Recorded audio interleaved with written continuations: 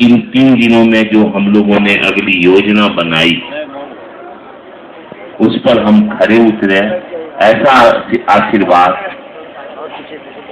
हम सबों को दें और समीक्षात्मक उद्बोधन में हम समस्त गुरु भाइयों को ये आशीर्वाद दें कि गुरु कार्य को हम सही दिशा में उनकी इच्छा के अनुरूप ले चले, गुरु के आदेश के अनुरूप ले चले, ऐसा आशीर्वाद।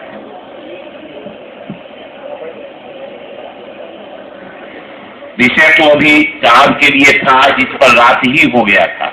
अभी विषय था साहब के लिए विचार, भाव एवं प्रेम मन की अवस्थाएं।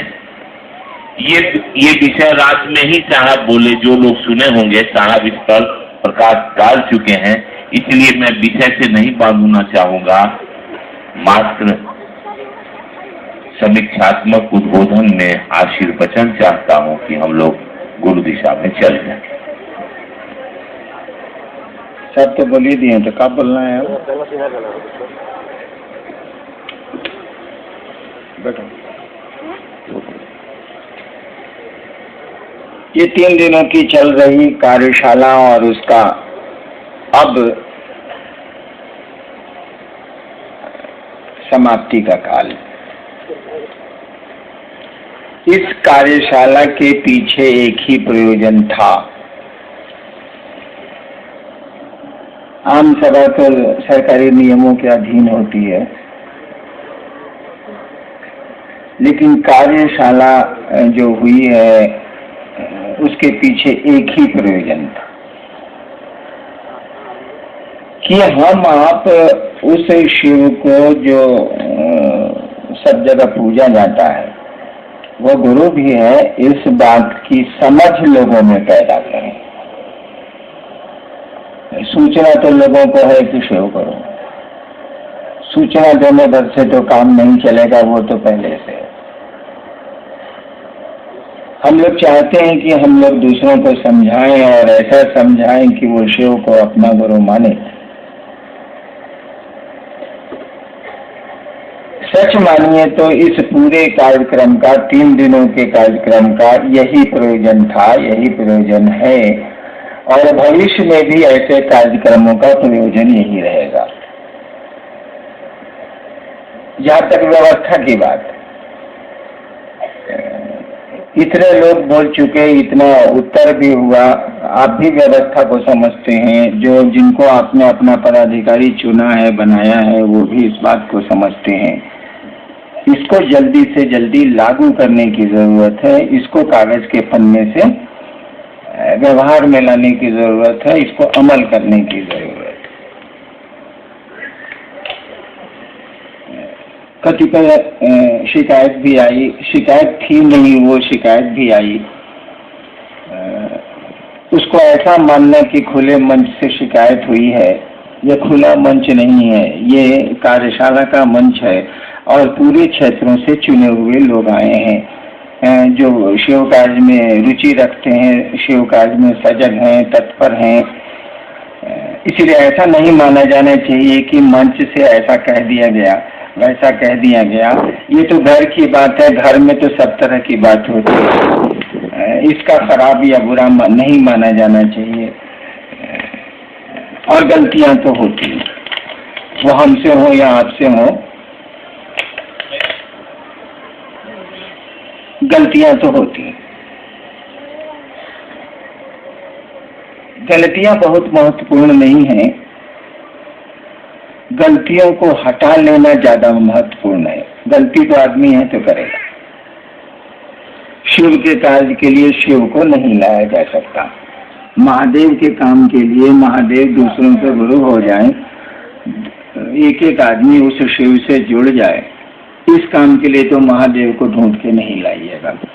और महादेव को खुद कर लेना होता तो आज 14,000 साल का इतिहास हमारे आपके पास है। शिव लोगों के गुरु नहीं हुए, आम लोगों के गुरु नहीं हुए, आम जनमानस के गुरु नहीं हुए वो, यानी करना तो हमको आपको ही पड़ेगा। और शिष्य हैं हम, आप तो करेगा दूसरा कौन। गुरु का हाथ पांव ही होता है, शिष्य शिष्य का भी सब कुछ होता है गुरु, और गुरु के लिए भी सब कुछ होता है उसका शिष्य।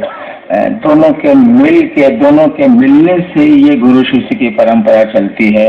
गुरु की कुर्सी का कोई अर्थ नहीं है अगर उसका कोई शिष्य न हो, और शिष्य के लिए भी अगर गुरु न हो तो वो शिष्य हो ही नहीं सकता।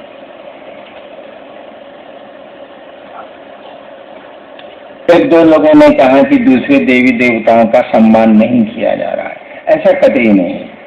आपने उसको समझा दूसरी तरह से। बहुत अपनापन जहाँ होगा ना वहाँ थोड़ा आवेश होगा, बहुत अपनापन जहाँ होगा वहाँ थोड़ा आवेश होगा।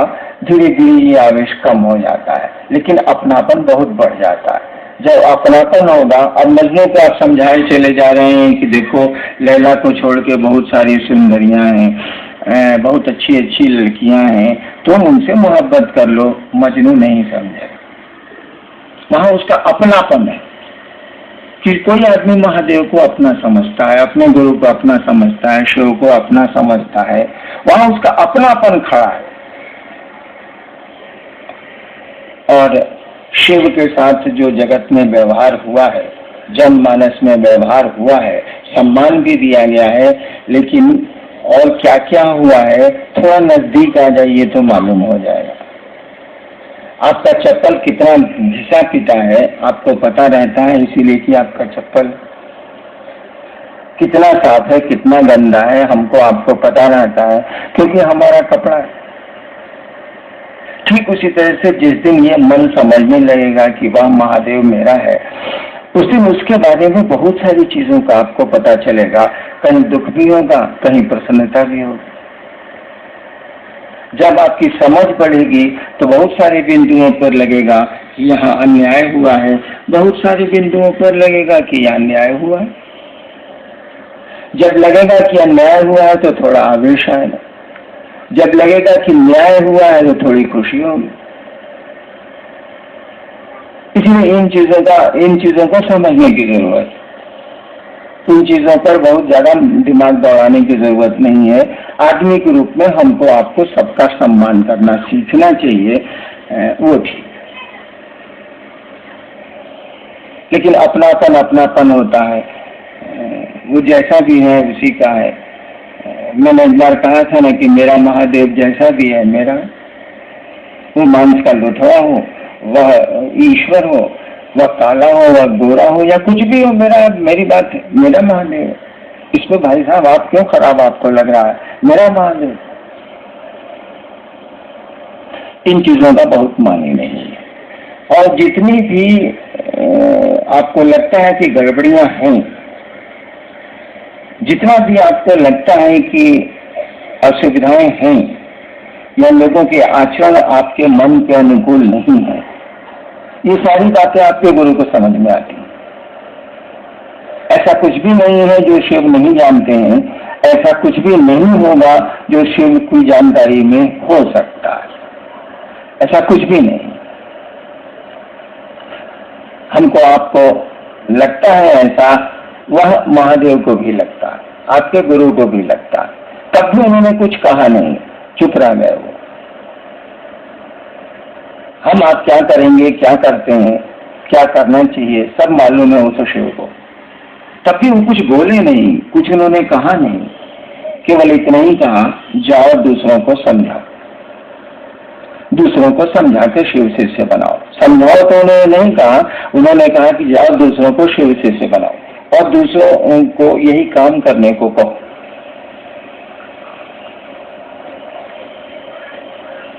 उनको सब मालूम होगा जरूर कि भविष्य में क्या क्या होगा, और उनको अगर नहीं मालूम है तो शिष्य को तो मालूम हो ही नहीं सकता। तब भी वो कुछ नहीं बोले, चुप रह गए। क्यों चुप रह गए, इसका उत्तर तो उन्हीं के पास है। जो हम लोगों ने सुना उतना ही बोल सकते हैं। यानी जो उसने कहा है, अगर आप उसी पर खड़े रह जाएं। मैंने कहा था एक दो दिन पहले कि आप गड्ढों को देखेंगे तो आपकी यात्रा गड्ढों की ओर होगी, आप खराबियों को देखेंगे तो आपकी यात्रा खराबियों की ओर होगी। आप अच्छाइयों को देखेंगे तो आपकी यात्रा अच्छाई की ओर होगी।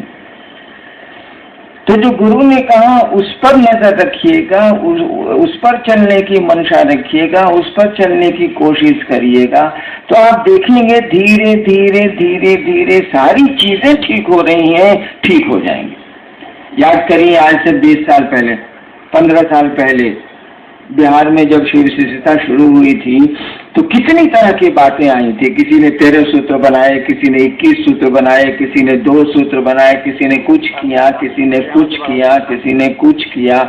आज क्या स्थिति? हम लोगों ने कुछ नहीं कहा किसी पर।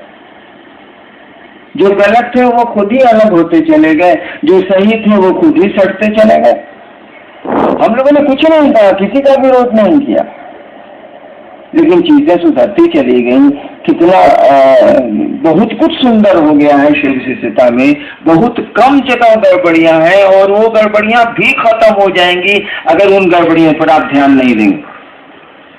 अगर ध्यान देंगे तो वो रहेंगी, ध्यान नहीं दें, गुरु जो कहते हैं उस पर ध्यान दें, वो चीजें धीरे धीरे खत्म हो जाएंगी। अगर नहीं खत्म होती तो शिव जरूर बोलते, वहां भी कोशिश करने की जरूरत होती तो महादेव जरूर कहते कि उस जगह भी हिट करना, उस जगह भी कोशिश करना। नहीं बोले वो।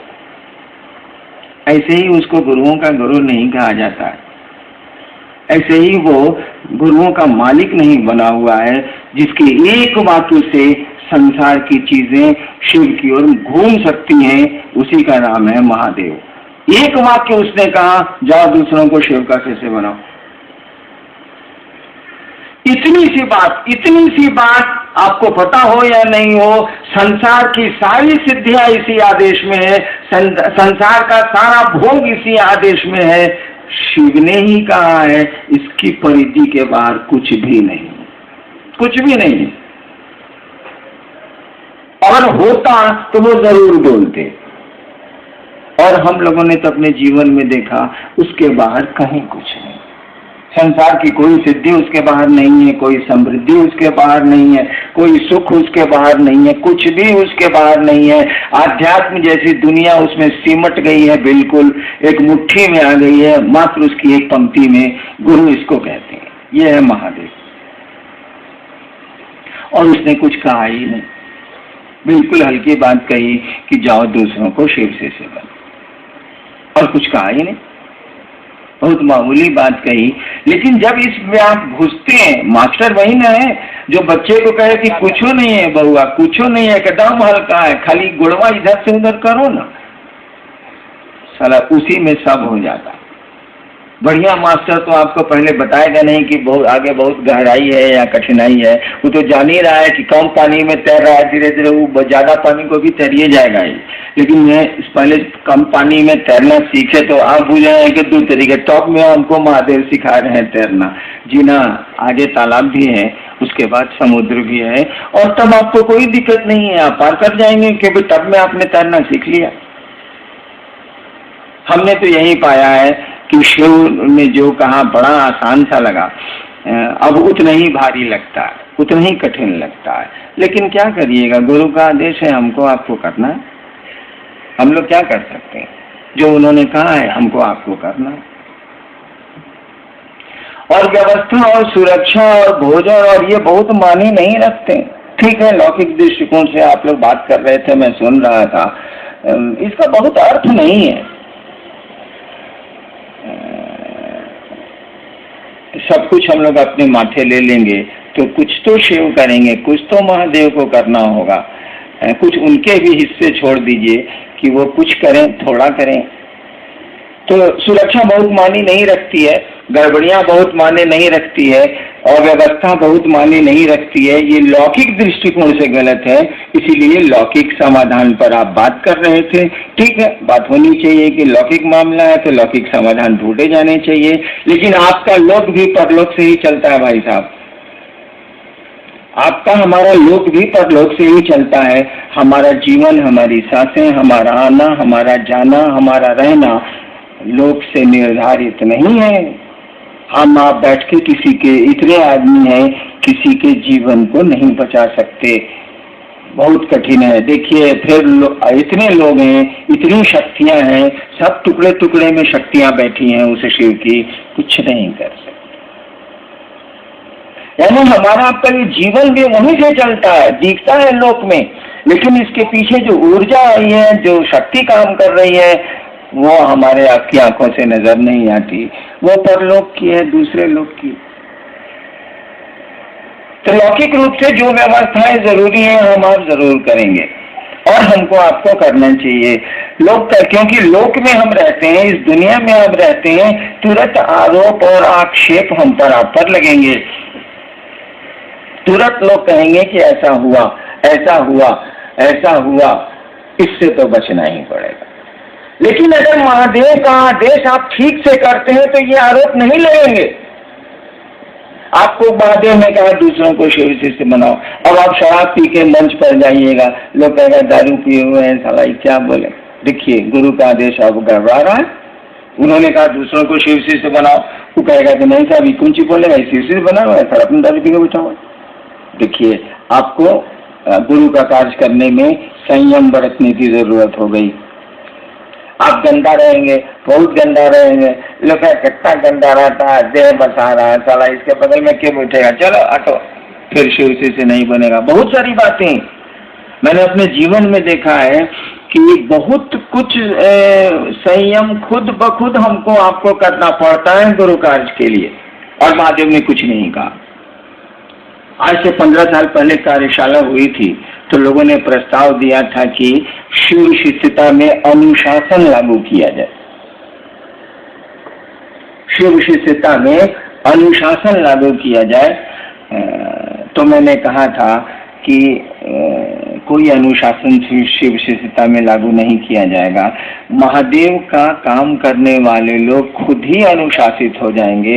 उसके एक वाक्य में इतनी ताकत है कि अगर अनुशासन तोड़ेंगे तो फिर दुनिया के लोग आपकी बात ही नहीं सुनेंगे। और जैसे जैसे शिव शिष्यता में हम आगे बढ़ेंगे, जैसे जैसे हमारा आपका शिष्य भाव शिव की ओर चलेगा, सब कुछ ठीक होता चला जाएगा। शिव पर आज तक कोई आरोप नहीं लगा। वही एक देवता है, वही महादेव है जिस पर आज तक कोई आरोप नहीं लगा, कोई आरोप टिका ही नहीं। किसी ने लगाया ही नहीं तो फिर टिकने का क्या सवाल है, वो लोक हो या परलोक। महादेव ही एक ऐसा है जो आरोपों से सबसे अलग है, क्योंकि सभी आरोप उसमें जाके समा जाते हैं, सभी विसंगतियां उसमें जाके समा जाती हैं और एक हो जाती है। एक से ज्यादा निगेटिव्स को जोड़ दीजिएगा तो पॉजिटिव हो जाता। 25 बार ना ना ना ना, ना कहिएगा वहां हो जाए। दो ना मिलके एक हाँ बनाते हैं। तो हमने उसी शिव को गुरु माना है जो आरोपों की परिधि से बिल्कुल बाहर है। आप लौकिक कोई आरोप शिव पर नहीं लगा सकते, बिल्कुल बाहर है। हम आप उसके शिष्य हैं, उसके कहे के अनुसार करेंगे, हम आप भी आरोपों से मुक्त हो जाए। हम पर आप पर भी कोई आरोप नहीं लगेंगे। यहाँ आरोप लगते हैं उन आरोपों से बचने के लिए अगर हम गुरु के काम पर ध्यान दें, अगर जो महादेव ने कहा उस पर अपना ध्यान दें। हमको नहीं लगता है कि जगत आपको पूजेगा नहीं। आप शिव की, अभी भजन हो रहा था ना कि शिव की शरण में आके देखो, गगन धरती को कैसे चूमता है, ये देखो बाबू। इसीलिए बहुत माथा दौड़ाने की जरूरत नहीं, बहुत आए पाए करने की जरूरत नहीं। जो गुरु ने कहा उसको सही मंशा से करने की कोशिश कीजिए। समझिए कि शिव ने क्यों ऐसा कहा है। अगर आप समझते हैं कि शिव ने इसको पैसा कमाने के लिए कहा है, शिव ने इससे प्रतिष्ठा कमाने को कहा है, इससे सम्मान हमको हासिल होगा, दुनिया और मोहल्ले और शहर के लोग मुझको जानेंगे, इस काम के लिए शिव ने आपको ये काम नहीं दिया है।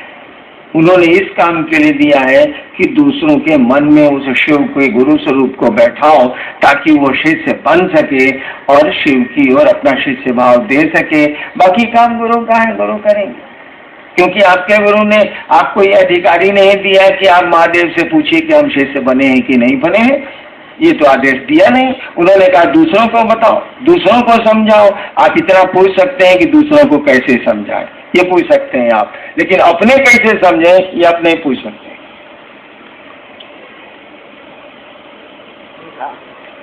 क्यों कहा ऐसा? क्यों नहीं कहा कि तुम पूछना हमसे कि तुम शिव शिष्य हुए कि नहीं हुए? क्यों कहा? क्यों नहीं कहा? इसीलिए नहीं कहा, ये तो गुरु की जिम्मेवारी है। कोई शिष्य होगा तो उसको शिव बनाने की गुरु की जिम्मेवारी है। तो वो क्यों तुमसे आपसे कहेगा कि तुम कहाँ पहुंचे, हमसे पूछना? उसकी तो ड्यूटी है, वो तो करेगा। तो आपको स्कोप क्यों देगा? नहीं होगा कब न पूछिएगा। या जो गुरु ने कहा और उससे जो नतीजे आने वाले थे, आने वाले हैं, वो नतीजे नहीं आएंगे तब ना सवाल उठेंगे। नतीजे नहीं आने का कौन सवाल है? 5 करोड़ मच्छर विक्रांत जलपोत पर बैठ गया है। वो जो पहले चलता था ना जलपोत विक्रांत, अब तो बंद हो गया। उस पर 5 करोड़ मच्छरे बैठ के कैप्टन से कहे कि कैप्टन साहब, हम लोग 5 करोड़ आपके जलपोत पर आ गए हैं, कहीं ऐसा तो नहीं कि धंस जाएगा? विक्रांत का कैप्टन कहेगा कि बाबू, हमारे डेक पर तो फुटबॉल खेला जाता है, हम ये डेक पर 8-8 हवाई जहाज एक साथ उतरते और चाहते हैं। तुम्हारे 5 करोड़ मच्छर के बैठने से क्या अंतर आता है? 10-20 करोड़ और हो तो आ जाओ, कोई दिक्कत नहीं है। हम खुलेंगे और जहाँ जाना है पहुँच जाएंगे। तुम बैठो, कोई दिक्कत नहीं। उड़ोगे तभी दिक्कत है, उड़ जाओगे तब फिर तो हम तुमको पहुँचा नहीं सकेंगे। तुम्हारे वजन से इस जलपोत को में कोई हलचल नहीं होने वाली है। थोड़ी हलचल भी होती, वो भी नहीं होने वाली है। तो शिव गुरु का तो ऐसा पद है कि हम पूरा जगत समा जाए। जगत मैंने धरती, जगत में बहुत छोटी चीज है। पूरी धरती समा जाए, पूरा जगत समा जाए, तब भी उस जलपोत में कोई हलचल नहीं होने वाली है, कोई उसको दिक्कत नहीं होने वाली है। आदमी रहे तब ना, यहाँ शिव ही गुरु है, आदमी तो हम लोगों के बीच में गुरु नहीं है। और गुरु से, शिव से हम लोगों को जोड़ना है, लोगों के मन में शिव को उतारना है, उस गुरु को उतारना है। उतारना तो शिव को है, लेकिन शिव उतरेंगे नहीं जब तक वे ही गुरु के रूप में उतरेंगे नहीं, क्योंकि गुरु का काम ही है कि आपको वो शिव से जोड़ते हैं, आपको परमात्मा बनाते हैं। हमको आपको जुड़ना है उस महादेव से ही जिसकी घरों में पूजा होती है, लेकिन हम लोग आप जुड़ते रहते आ रहे हैं। पूजा पूरी की पूरी पूजा जो हमारी चल रही है, स्थापित जो पूजा पद्धतियां हैं, वो पद्धतियों में आके दम तोड़ रही है, विधियों में आके दम तोड़ रही है। नतीजे तो आ नहीं रहे, बहुत कम आ रहे हैं, बहुत हल्के आ रहे हैं, लेकिन वो पद्धति में ही वो पानी नलके से कहाँ से गिरेगा? पाइपे में खत्म हो जा रहा है, नल से आ ही नहीं रहा, तो प्यास तो मिटेगी नहीं। बूंद बूंद कभी टपक गया तो प्यास मिट गई, अन्यथा वो पानी का सप्लाई तो पाइप में ही रह जा रहा है, चल ही नहीं पा रहा है। बिना गुरु के ये काम होता नहीं है। हम लोगों ने कहा उस शिव को गुरु बनाइए। धीरे धीरे मैं देख रहा हूँ कि शिव को गुरु आप बना रहे हैं क्षेत्रों में। आप धीरे धीरे मुझको भी गुरु बनाते चले जा रहे हैं। इस आदत को छोड़िए। आदमी का स्वभाव है कि उसको प्रत्यक्ष रूप से कोई चीज थमा दीजिएगा, वो अप्रत्यक्ष को नहीं खोजेगा। ये घटना मेरे साथ कई बार हुई है। पहले मेरे साथ बहुत सारे लोग रहते थे जो आंख से दिखते नहीं, अभी भी रहते हैं, लेकिन कुछ नहीं करते हैं वो लोग। पहले किया करते थे तो सब काम उन्हीं को मैं कह देता था, जो भी जरूरत पड़ी मैंने उनको कह दिया, काम हो गया। वो आध्यात्मिक हो या लौकिक हो, लौकिक बात तो मैं बहुत कम करता हूँ, कह दिया करता था, काम हो जाता। धीरे धीरे उन लोगों ने मेरा साथ छोड़ना शुरू किया, कह के छोड़ना शुरू किया कि रहेंगे लेकिन करेंगे नहीं। तो मुझको बड़ी दिक्कत हुई कि भाई रहिएगा करिएगा, नहीं तो करेगा कौन। लेकिन वो लोग अपनी बात पर अड़े रहे, रहते तो रहने को तो रहने लगे, लेकिन कुछ नहीं करना मैंने कुछ नहीं करना शुरू किया, कुछ नहीं करते थे। अब नतीजा क्या होगा? काम तो है, लोगों को शिव गुरु से जोड़ना है, धरती पर भी काम है, जरूरतें पड़ती हैं। अब उपाय क्या है? तो मैं अब कोई उपाय नहीं चला तो मैंने महादेव से जुड़ना शुरू किया। ठीक उसी तरह से आप मुझसे लोगों को जोड़ देंगे तो वो शिव से जुड़ेंगे नहीं, वो मुझको ही पकड़ लेगा। इसमें हमको आपको सतर्क होना चाहिए। वरेण्य गुरु बाता की स्थिति को कम करना होगा, और उस गुरु की स्थिति को मजबूत करना होगा, सामने लाना होगा। अगर मुझको आप सामने लाएंगे तो मैं दिखता हूँ, मैं हूँ, स्थूल शरीर में हूँ, लोग मुझको पट से पकड़ लेंगे, बड़ी आसानी होती है शरीर में किसी को पकड़ लेने की, क्योंकि वो कहीं रहता है, कहीं वहाँ जा सकता है, मिला जा सकता है।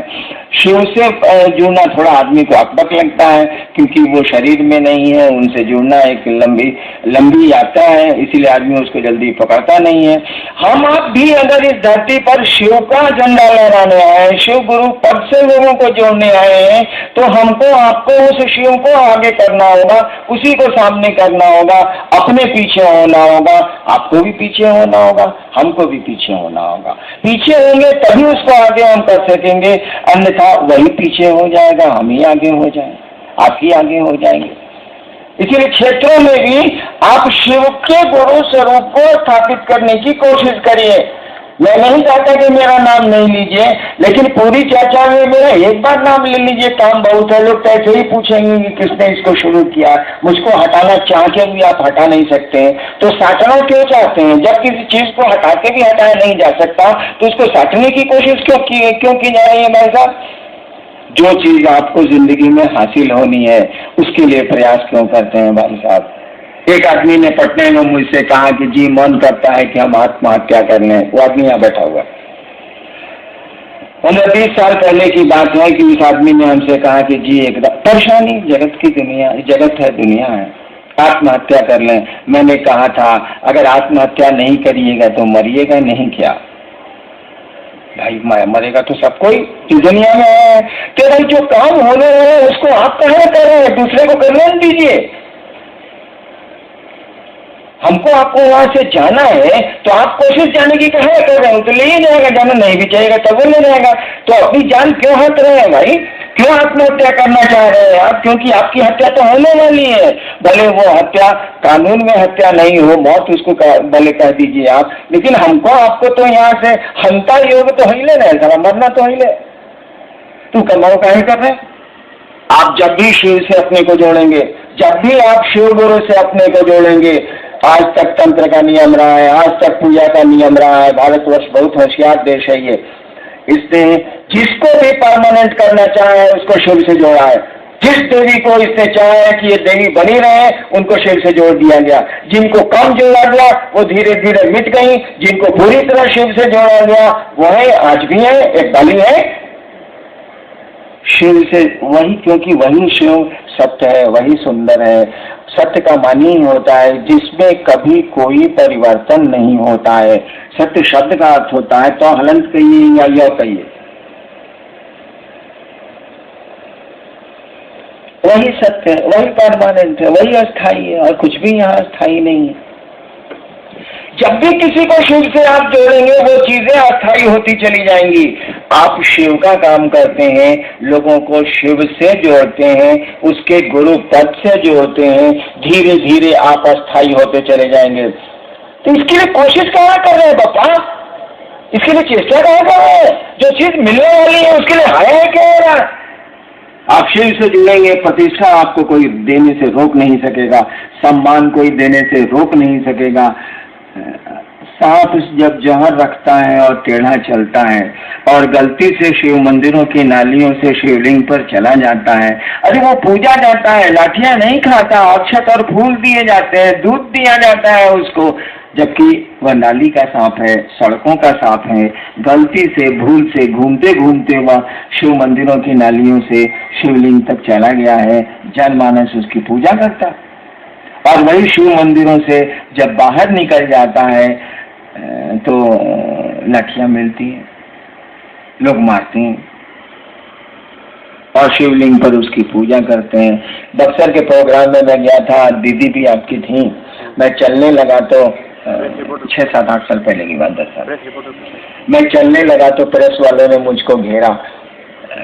चलते समय मैं भागता हूँ, महोत्सव में जब खत्म होता है तो मैं भागता हूँ, इसीलिए भागता हूँ कि आप पाँव छूने के लिए शोर करेंगे, पाँव छूने की कोशिश करेंगे, और 5 आदमी हैं तब तो कोई दिक्कत नहीं है, लेकिन अगर 500 हैं और 5000 हैं तब तो अफरा तफरी मचेगी, गुरु बहनों की साड़ियाँ फटेंगी, आपके कपड़े फटेंगे, लोगों के पाँव टूटेंगे, हाथ टूटेंगे। इसीलिए रोक लगी हुई है कि नहीं आप पाँव नहीं छू सकते। तो मैं हड़बड़ी में था, गाड़ी में चढ़ने जा रहा था, सतीश जी लोग सब लोग थे, रामविलास जी थे, मैं गाड़ी में चढ़ने जा रहा था। प्रेस वालों ने घेरा कि सर कुछ बोलिए, सर कुछ बोलिए। हम कहा भैया मैं उठ गया, अब क्या बोलूं। गाड़ी तक मेरा पीछा किया, अंत में कहा कि अगर लिख सकते हैं, सुन सकते हैं तो एक बात सुन लीजिए। उसने पूछा था प्रेस वालों ने कि आप इतने लोकप्रिय क्यों हैं? उस समय की बात है, अब तो पूछेगा कि आप लोकप्रिय, अब शब्द मेरे लिए खत्म हो गया। उस समय पूछा था कि आप इतने लोकप्रिय क्यों हैं, इतने लोग आपको सुनने क्यों आए, यही सवाल था उसका। हम कहा हम जा रहे हैं भैया, हम हड़बड़ी में जा रहे थे। तो मैंने उत्तर दिया था कि एक वाक्य में अगर समझ सकते हैं तो समझ लीजिए, सड़क के सांप को किसी ने शिवलिंग पर रख दिया है। सड़क के सांप को किसी ने शिवलिंग पर रख दिया है, लेकिन उस सांप को ये याद है कि उसको किसी ने रख दिया। सड़क के सांप को किसी ने शिवलिंग पे रख दिया है तो पुजारा लोकप्रिय है, लेकिन सांप को ये याद है कि किसी ने रख दिया है। यानी सांप बहादुर जी पूछ लीजिए, जो रखा उतारी हो सकता है, जब उतारा तो कितना लठी मिलेगा सो पूछ लीजिए। हमने यही कहा था, सड़क के सांप को किसी ने शिवलिंग पर रख दिया है, लेकिन सांप को ये याद है कि किसी ने रख दिया।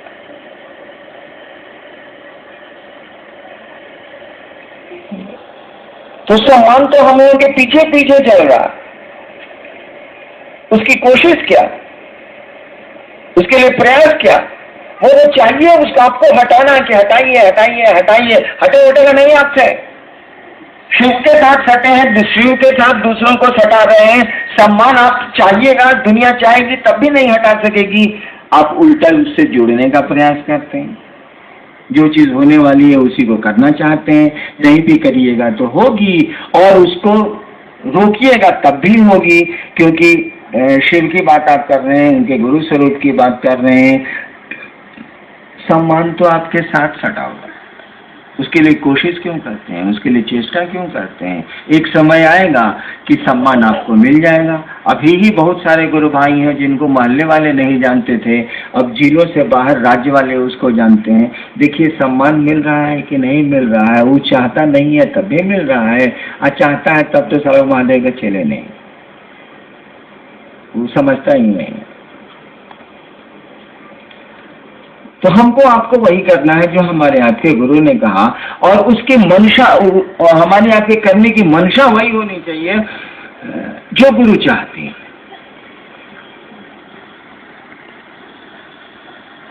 और एक जगह तो हम लोग ऐसा कर ही सकते हैं। मैं कहाँ लौकिक जगत में किसी को कुछ बोलता हूँ, आप कैसा रहते हैं, क्या करते हैं, क्या नहीं करते हैं, मैं कुछ बोलता नहीं। केवल बोलता हूँ कि आप महादेव का काम करिए, लोगों को शिव से बनाइए, लोगों को समझाइए। मैं जानता हूँ कि इस काम को जैसे करेंगे आपका लौकिक आचरण ठीक हो जाए, क्योंकि करने के पहले आपको लौकिक आचरण धीरे धीरे ठीक ही करना होगा, अन्यथा आप कर ही नहीं सकेंगे। मैं कुछ नहीं बोलता, आप केवल आपको प्रेरित करता हूँ कि अपने गुरु से लोगों को जोड़िए, और आप नहीं जोड़ पाते हैं तो इसके लिए अपने गुरु से दया मांगिए। जिसने आदेश दिया है उसको कहिएगा ना कि हमसे ये काम नहीं हो रहा है। अब वो कोई उपाय सोचेगा कि काहे नहीं हो रहा। वैसे मैंने देखा है कि जब भी आप अपने महादेव से ये कहते हैं कि आपका आदेश हमसे नहीं हो रहा है, और कहने का सिलसिला आप जारी रखते हैं क्योंकि आपका मन कर रहा है करने को, धीरे धीरे धीरे धीरे रास्ते खुल जाते हैं, रास्ते बन जाते हैं। जो असुविधाएं आपको हैं, जो बाधाएं हैं, जो अवरोध हैं, वो धीरे धीरे खत्म होने लगते हैं। क्यों? इसीलिए कि हमारे आपके संस्कार किसको कहते हैं? ये हम लोग बोलते हैं कि संस्कार इसका अच्छा है, संस्कार इसका खराब है। संस्कार शब्द कहाँ से क्या होगा? संस्कार का मानी क्या है? कुछ नहीं है। संस्कार का मानी है हमने आपने जो किया है पहले, उसका फल आपको अभी मिला नहीं है, वह बीज के रूप में, सीड के रूप में, बिया के रूप में आपके साथ है, उसी को बोलते हैं संस्कार। जैसे आप एक मुक्का दीवार पर मारिए, चोट तुरंत लग जाएगी, फल मिल गया आपको। मुक्का मारे दीवार में, तुरंत मिल। आप बहुत डाउन है टाउन के, आप 5 आदमी को रोज पीटते हैं, वो बेचारा कुछ नहीं बोलता। दीवार में आपने ठोकर मारी तो चोट आपको लग गई, कर्म किया तो फल ले लिया आपने।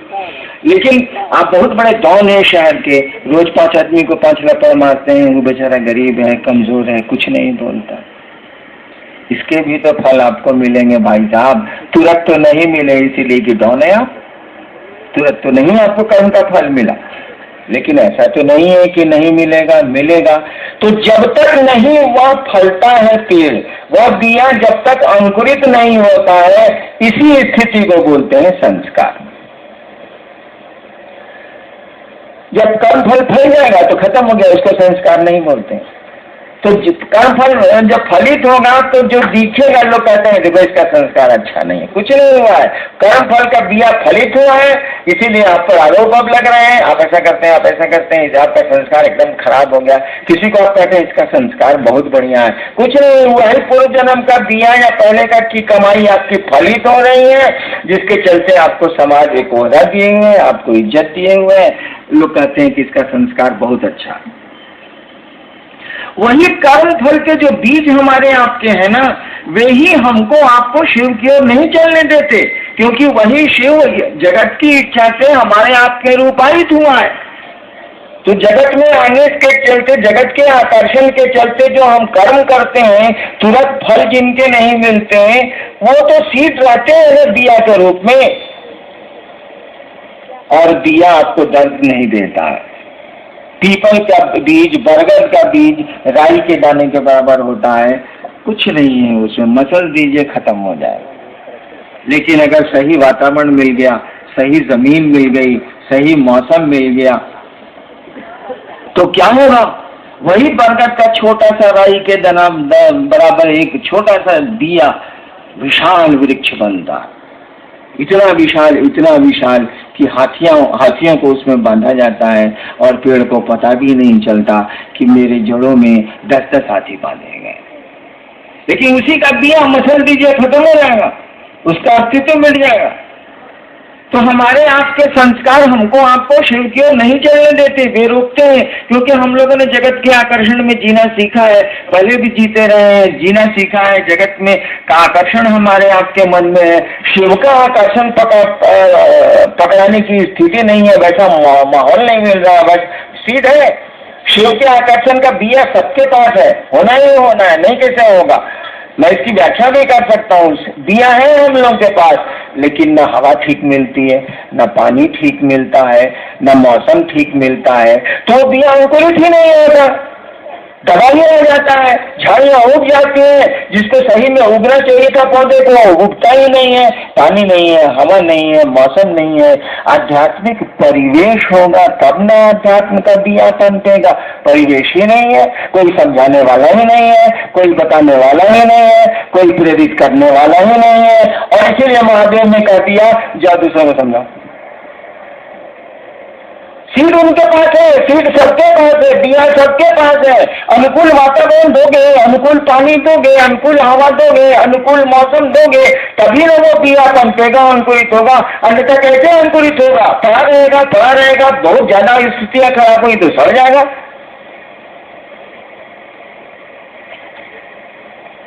गुरु की दया इन्हीं संस्कारों में परिवर्तन करती है। गुरु की दया हमारे प्रारब्ध कर्मों में परिवर्तन करती है। जब उनकी दया आपको मिलेगी तो आप गुरु चर्चाएं करते हैं तो आपके कष्ट कम होते हैं, आपकी तकलीफें, आपकी बाधाएं, आपके जीवन के अवरोध घटते हैं। क्यों घटते हैं? गुरु चर्चा करते हैं, गुरु का आदेश करते हैं, जैसे किसी का आदेश मानिएगा उसकी दया आपको मिलेगी। जैसे किसी की हुकूमत मानिएगा वो आदमी आपके प्रति सॉफ्ट कॉर्नर होगा, उसके पास आपके दिल में जगह होगी, उसकी दया आपको मिलेगी। और गुरु की दया, शिव की दया, धरती पर कौन सी चीज है जो नहीं हो सकती?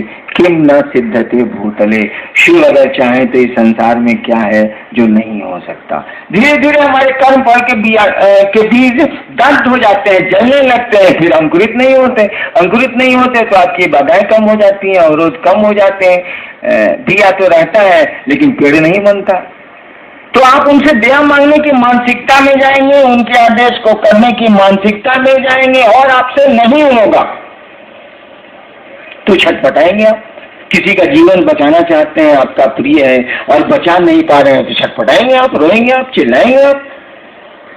क्योंकि आपका बस नहीं चल रहा है, बीमारी लाइलाज हो गई है, बिना इलाज के अब इलाज पर भी नहीं ठीक हो रही है, उसका इलाज नहीं हो पा रहा है, और आपका कोई प्रिय आदमी है, आप तो छटते भी कीजिएगा, आप तो रोई भी कीजिएगा, आप तो चिल्लाई भी कीजिएगा, आप तो माथा फोड़ भी कीजिएगा अपना। जब ये मन की स्थिति आ जाएगी कि मेरे गुरु का आदेश है और मुझसे नहीं हो रहा है, आप चाहत आपकी बहुत तेज हो गई है, तो छटपटाइएगा, हल्ला करिएगा, शोर करिएगा, हंगामा करिएगा। लोग कहेंगे आवेश में बोलता है, कुछ नहीं है, छटपटाहट है, इसीलिए आप ऐसा बोलते हैं। मेरी पत्नी बीमार पड़ी पटने में 94 या 97 में। 1 बजे रात में उनको स्ट्रोक जब पड़ा तो मैं थोड़ा कोढ़िया हूँ, अस्पताल से बहुत डरता हूँ। तो हमने कहा कि फ्लैश से डॉक्टर लोग को बुलाओ, जल्दी बुलाओ, जल्दी बुलाओ, जल्दी बुलाओ। मेरी साली मेरे रूम में थी, स्ट्रोक पड़ गया तो मेरी साली मेरे रूम में थी। एक हाथ उसने मार दिया कि चलिए अस्पताल लेके चलिए, चलिए अगले अस्पताल लेके। देखिए दिस इज आवेश। उसकी छोटी बहन है, उसको नहीं बर्दाश्त हुआ, एक हमको ठेल दिया उसने, गाड़ी निकल जल्दी से, चलिए लेके दीदी को। आवेश, अपनापन का आवेश यही है। उसने मारा मुझको थोड़े ही, उसका अपनापन आवेशित हो गया। तो जब हमको आपको कोई चीज हम चाहेंगे और नहीं मिलेगी तो छटपटाहट होगी, आवेश होगा। आप नहीं करेंगे तो मैं आवेशित खुद ही होता हूँ, कम होता हूँ लेकिन होता हूँ। आखिर कोई कितना कहेगा, सोचिए तो। कहते कहते कार्यशाला बुला रहे हैं, ये कर रहे हैं, वो कर रहे हैं, वो कर रहे हैं, कितना कोई कहेगा। अंत में तो कबीर ने कहा अब कुछ कहना नहीं, जा साला, कहना था सो कह दिया, अब कुछ कहना नहीं।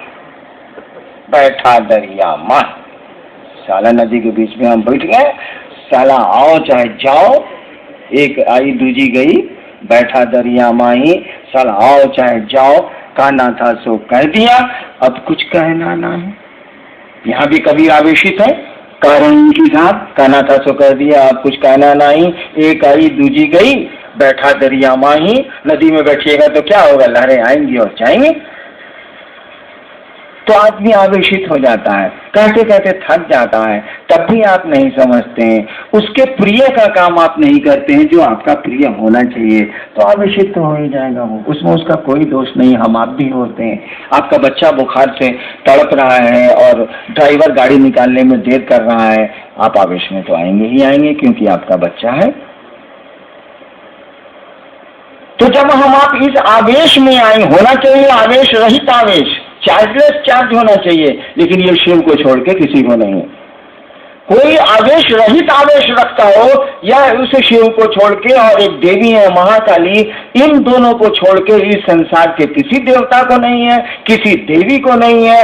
मात्र 2 सत्ता भारतवर्ष की है, जिनको कहा जाता है कि अघोरा है, घोर नहीं होती है, आवेशित नहीं होती है।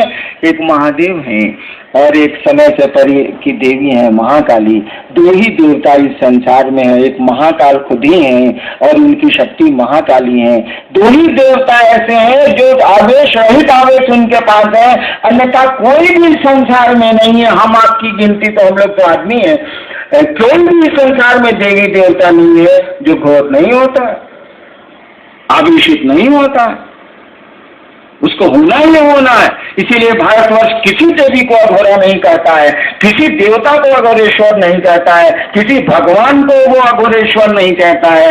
कहता है शिव को छोड़ के कोई अघोरेश्वर नहीं है, शिव का नाम ही दे दिया गया अघोरेश्वर। महाकाली को ही, मात्र महाकाली को कहा गया, केवल महाकाली को कहा गया कि हे भगवती आप ही अघोरा हैं और कोई अघोरा नहीं है। कोई ऐसा नहीं है जो आवेश रहित आवेश रखता हो। आप ही को देखने से लगता है कि कोई आवेश आपके पास नहीं है, और सारे के सारे आवेश वहीं से निकलते हैं। वाह रे वाह, सारे के सारे आवेश वहीं से निकलते हैं, सारी की सारी घोर चीजें वहीं से निकलती हैं। और उस सत्ता को देखिए, लोगों ने नाम दे दिया भोला बाबा। देखिए, असंख्य शक्तियों का धारक हो, धारक नहीं जनक हो। जितने भी संसार में शक्तियां हो सकती है, शिव उसका जनक है, वो पैदा करता है, वहीं से पैदा होती है वो। और लोगों ने नाम दे दिया भोला बाबा। भोला मने बुड़बक, भोला मने बेवकूफ, भोला मने इसको कुछ नहीं बुझाता है, काहे तंग करता है, लड़का बड़ा भोला है भाई साहब, मत तंग कीजिए उसको। कहा उसको चिढ़ा रहे हैं? लड़का बहुत भोला है, बहुत सीधा है। अनंत शक्तियों के धारक को इस देश ने नाम दिया भोला। कहा ही जाता है शिव को छोड़ के कोई अघोर नहीं है, महाकाली को छोड़ के कोई अघोर नहीं। तो आवेश रहित आवेश तो शिव में है मात्र, और फिर उनकी शक्ति महाकाली में, महाकाल में उनकी शक्ति महाकाली में, और इस संसार में कोई इससे मुक्त नहीं। नन ऑन दी अर्थ। अर्थ क्या? World, globe. तो आवेश स्वाभाविक है, कोई क्या करे। कभी दरिया के कहिए थे इनके, एक गई दूजी आई, एक आई दूजी गई, बैठा दरिया माई, कहना था सो कह दिया, अब कुछ कहना नहीं। हम लोग के साथ दिक्कत क्या? कभी तो बोल के चले गए कि अब कुछ कहना नहीं। हम लोग के पीछे तो चला भलुए हम लोग को पकड़ लिया है। हम लोग कंबल को थोड़े पकड़े हैं, सर दिखता है कंबल है, भालू साहब हुए धर लिया। वो डूब रहा था, हम डूब रहे थे। कंबल पहन के बुझ के साधु जी निकालने गए, था साला भालू धर लिया साधु जी को। अब लोग कह रहा है कि साधु जी आप काहे डूब रहे हैं, कंबलवा छोड़िए ना। सधुआ कहा कि साला हम काहे पकड़ेंगे, वो उन्हें हमको पकड़ लिया। हम लोग के साथ प्रॉब्लम है कि हम ही लोग पकड़ा गए। गुरु ने कहा जाओ दूसरे को समझाओ। अब आप कह नहीं सकते हैं कि अब कुछ कहना नहीं, फेरा लग गया।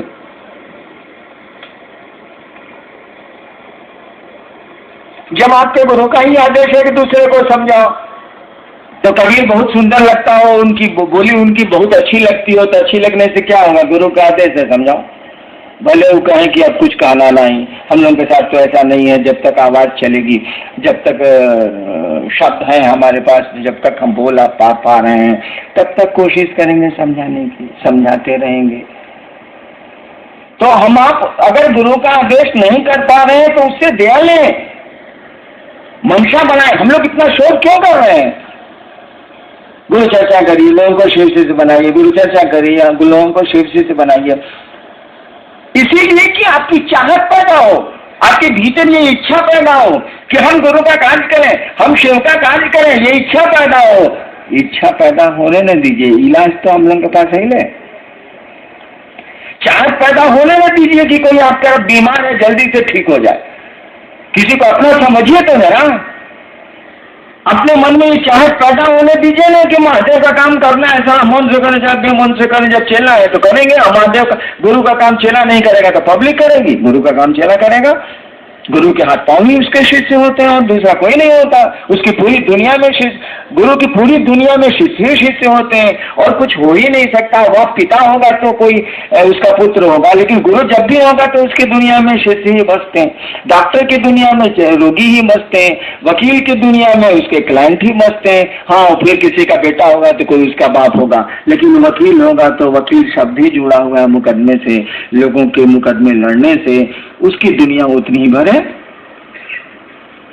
तो जैसे आपकी चाहत आपके भीतर बढ़ेगी, जिसकी कोशिश में हम आप लगे हैं, जैसे चाहत आपकी बढ़ेगी, छटपटाहट आएगी, रोकेंगे आपके कर्म फल, रोकेगा उस शिव की सृष्टि की इच्छा रोकेगी। वही शिव रोकता है भाई, माया भी उसी की है। रोकेगी उसी शिव की सृष्टि की इच्छा जो जगत की ओर हमको आपको लेके जा रही है। फिर आएगी उस गुरु की दया जो उस इच्छा को तोड़ेगी, जो शिव सृष्टि की इच्छा है, शीर्ष इच्छा है, उसको तोड़ेगी, उससे लड़ेगी और आपको घुमाएगी शिव की ओर। दोनों साथ साथ चल रहे हैं। उस शिव की इच्छा भी चल रही है जो शिव को जीव बना रही है, उसकी यह भी इच्छा साथ साथ चल रही है जो जिसको दया भाव बोलते हैं, जो जीव को शिव बना रही है। दोनों साथ चल रही है, दोनों में कोई दिक्कत नहीं है, कोई कठिनाई नहीं है। एक ही कठिनाई है कि दया की स्थिति में मन जाएगा तभी दया का कनेक्शन बैठेगा, बिजली जलेगी, अन्यथा नहीं जलेगा। हम लोगों ने कहा शिष्य को, उस शिव को अपना गुरु बनाओ, गुरु चर्चाएं करो जो गुरु कहते हैं, जो उनका आदेश है। जैसे जैसे ही चाहत में जाएंगे आप, जैसे जैसे कोशिश करेंगे कि हम भी गुरु चर्चा करें, हे महादेव हम पर आप दया कर दीजिए कि आपका होशियारी यही ना है भैया, कोई काम कोई कह रहा है करने के लिए पॉट से कर दीजिए, तब ना अपना काम थमाइएगा, नहीं क्या भक्ता की नहीं चल रहे, नहीं होशियारी है। कोई कह रहा है कि भाई साहब पानी पिलाइए तो जरा, आप पूछ रहे किससे, कुछ हमको कामों है, तुरंत गिलास में धो के ले आइए, ले हम खड़ा हो जाइए, लीजिए पानी, ले आए। तब कहेगा कि जी वो काम है, ले जरा कर देती है अपने। अच्छा ठीक, क्या काम है बोलो, कर देते। अब वो पानी मांग रहा है, आप उसको दे रहे हैं लहसुन सुगने। हो गया। महादेव कह रहा है दूसरों को समझाओ, आप कहते हैं जी टांग टूटल है, काहे बोलते हैं टांग टूटा हो, उसको मालूम है, छोड़ दीजिए। कहिए कि टांग, कहिए कि हम पर दया करिए कि हम गुरु कार्य करें, हम लोगों को समझा सकें कि आप उसके गुरु हो जाइए। महादेव को मालूम है कि आपका टांग टूटा हुआ, वो ऐसी दया करेंगे कि टूटे पांव में आपको पंगु गिरवर चढ़े। कार्य दाऊ ब्रह्म पद कार्य करु अधोगामी, है पंक्ति सुनी है ना। आज देखिए, मुख हो ही वाचाल, कहा जाता है ना कि आप अगर चाहें तो जो गूंगा है वो बोली बोलने लगता है। मुख हो ही वाचाल, करोड़ों आज गुरु बहने हैं जो मूक थी अपने घरों में, वाचाल हुई है कि नहीं हुई है, मुख हो ही वाचाल। जो लोग कुछ बोलते नहीं थे, घरों में सिमटे थे, अपने पति और अपने सास ससुर का लाश रहते थे, वो लोग आज वाचाल हो गए। वो लोग अब बोलने लगे हैं, मन से बोलने लगे हैं, भीड़ में बोलने लगे हैं, मौसम में बोलने लगे हैं। हे मूक वाचाल नहीं हुआ। देखिए उस में कितनी ताकत है। मूक हो ही वाचाल, आप जो मूक थे, कोई आवाज आपके पास नहीं थी, आपको बोली निकाल दिया उसने, मूक को वाचाल कर दिया उसने। ठीक उसी तरह से पंगु गिरवर लगा, जो लंगड़ा है वो पहाड़ों को पार कर जाता है। आप पार करते हैं कि नहीं? मैं ऐसे शिव शिष्यों को जानता हूं जिनके पांव टूटे हुए हैं और अब वो ठीक नहीं होंगे। मैं ऐसे शिव शिष्यों को जानता हूं जो अंधे हैं और कुछ नहीं उनको दिखता है और मामूली महादेव का काम वो नहीं करते। देखिए वो लंगड़ा है, पहाड़ चढ़ा दिया ना महादेव, चढ़ गया ना वो शिव की बात करता है, लोगों को शिव की ओर चलने की बात करता है, खुद ही पहाड़ चढ़ गया है, दूसरों को पहाड़ पर चढ़ के आवाज दे रहा है, आइए इस पहाड़ पर चढ़िए, ये तो शिव का शिखर है, शिव की चोटी है, शिव का पहाड़। कहना था तो कह दिया, अब कुछ कहना नहीं।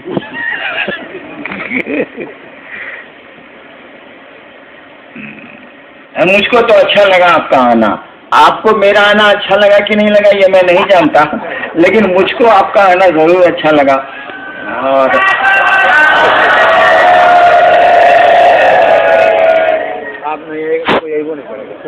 वैसे कहने से तो नहीं होगा, लेकिन मेरा दिल जानता है, आपसे मिलकर मैं बहुत प्रसन्न होता हूँ। लेकिन आपकी घटिया बातों को सुन के थोड़ा मुझको आवेश भी आता है। शिव नहीं हूँ इसीलिए आवेश तो आएगा ही आएगा। मैं हीरा बांटता हूँ, आप यहाँ से ले जाते हैं बालू, गुस्सा तो जरूर आए। आप आके कहते हैं कि ये दिक्कत है, ये दिक्कत है, ये दिक्कत है, ये दिक्कत है। हम कहते हैं तुम शिव को ले जाओ नहीं यार, वो अस्थायी निदान है तुम्हारा, तुम्हारी एक बीमारी तो मैं ठीक कर सकता हूँ, तुम्हारे एक कष्ट को तो मैं हटा सकता हूँ, लेकिन ऐसा थोड़ी है कि फिर रक्त बीज की तरह ये राक्षस पनपेंगे नहीं।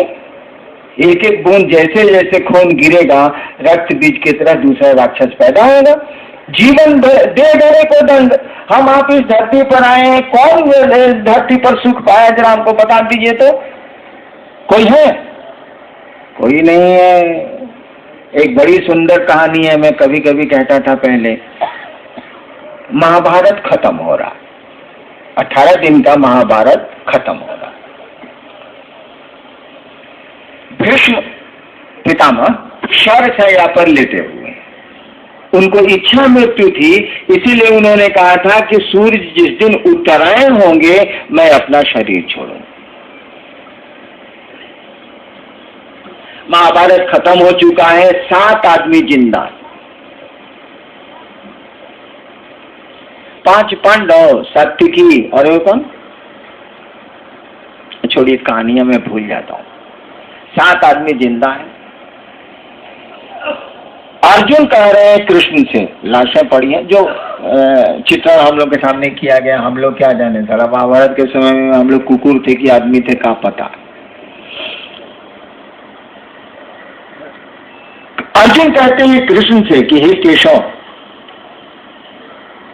चलिए हम लोग भीष्म पितामह का दर्शन कर लें, पितामह का दर्शन कर लें। कृष्ण आते हैं, वो पांचों पांडव, हाँ सात्विकी कृष्ण और 5 पांडव साथ हो ही गया। ये लोग आते हैं, भीष्म पितामह के सामने खड़े होते हैं, वो शरशय्या पर लेटे हुए हैं, भीष्म की आंखों से आंसू बह रहे, लेटे लेटे दोनों तरफ से आंख से आंसू बह रहे। अर्जुन ने भीष्म पितामह की आंख में आंसू देखे तो कृष्ण से सवाल किया कि केशव, पितामह को तो इच्छा मृत्यु है, 10 वसुओं में एक है, ये शिव के अनन्य भक्त हुई है, परशुराम के शिष्य थे, और तब मौत से इनकी आंख में आंसू क्यों? मौत के भय से इनकी आंख में आंसू है। 10 वसुओं में एक है, इच्छा मृत्यु इनको प्राप्त है, परशुराम महर्षि परशुराम के शिष्य है ये,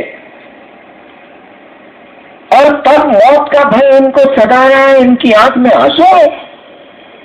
अर्जुन कृष्ण से पूछा है, कृष्ण कोई उत्तर नहीं दे रहा, चुप। सवाल हुआ है केशव से, उत्तर आप दे रहे हैं भीष्म पितामह, लेटे लेटे।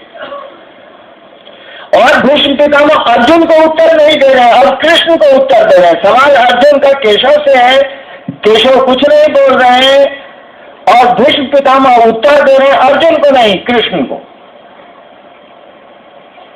भीष्म ने कहा, पितामह ने कहा कि केशव, मेरे आंखों में आंसू इसलिए नहीं है कि मुझको मृत्यु का भय है, मुझको तो इच्छा मृत्यु प्राप्त है, मौत से मुझको कोई भय नहीं। मेरी आंखों में आंसू इसलिए हैं कि जब से कृष्ण तुम्हारे, केशव तुम इन लोगों के साथ आए हो द्रौपदी के स्वयंवर से, मेरी आंखों में आंसू इसलिए हैं कि जब से केशव तुम पांडवों के साथ आए हो, साक्षात, मैं जानता हूं कि तुम साक्षात ईश्वर हो, साक्षात ईश्वर पांडवों के साथ हैं, और द्रौपदी के स्वयंवर में साथ आए थे। द्रौपदी के स्वयंवर से लेके आज तक दुखों का जो पहाड़ पांडवों पर गिरा है, उससे तो कौरव भी वंचित हैं। मैं इसीलिए मेरी आंखों में आंसू हैं कि उस परमात्मा की लीला का तो कुछ पता ही नहीं चलता। साक्षात परमात्मा पांडवों के साथ है, और कौन सा नतीजा इनका नहीं हुआ है। जब से साथ है, द्रौपदी के स्वयंवर से लेके आज तक जब से साथ है, इन पर जो दुखों और पहाड़ों का तूफान गिरा है, वो तो पांडवों पर भी नहीं, कौरवों पर भी नहीं गिरा।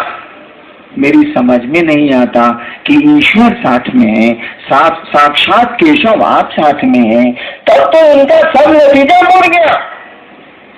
उस परमात्मा की, उस महाकाल की क्या लीला है, ये मेरी समझ में नहीं आ रहा है, और इसीलिए आंखों से आंसू बह रहे हैं। तो दुखों का क्या लीजिएगा, रुकावटों का क्या लीजिएगा। शिव भी साथ रहेंगे, और शरीर में हम आप हैं, और वो भी अगर शरीर में रहेंगे तो अपने ही नियम में बंद के शिव को रोना पड़ता है, हंसना पड़ता है, उसी के नियम बनाए हुए हैं। लेकिन नियम जब कानून सरकार ने बना दिया है, तो सरकार का कोई भी उच्च से उच्च पदाधिकारी हो, वह नियम उसको भी समेटते हैं। ठीक उसी तरह से नियम तो शिव की इच्छा से बने हैं, उसी के बनाए नियम हैं। लेकिन शिव भी जब धरती के दायरे में आएगा, शरीर में आएगा, या शरीर लेगा, भूख लगेगी फिर शरीर लेगा, तो उसको भी वही कानून पकड़ेगा, वही नियम उसको पकड़ेंगे। अंतर इतना ही होगा कि उसके पास इतनी ऊर्जा नहीं होगी कि जो चाहेगा उसको कर लेगा। कृष्ण जो चाहेंगे सो होगा, राम जो चाहेंगे सो होगा, नतीजा भी साथ ही साथ होगा। कृष्ण भी साथ रहेंगे तो पांडवों का नतीजा होना ही होना है। लेकिन कृष्ण ने जो चाहा वो कर लिया। शिव भी शरीर में आएंगे, जो चाहेंगे कर लेंगे, शिव करें या न करें, हम उनके शिष्य हैं, हम भी जो चाहेंगे सो कर लेंगे। कम से कम गुरु के आदेश को जगत में उतार के तो जरूर दिखला देंगे। आप सबों को मेरा प्रणाम। अब बताइएगा नहीं, अपरा कभी नहीं कीजिएगा, खाने के लिए इत्मीनान से खाइएगा, नहीं खाइएगा तो भी कोई रोज जुल्म नहीं हो।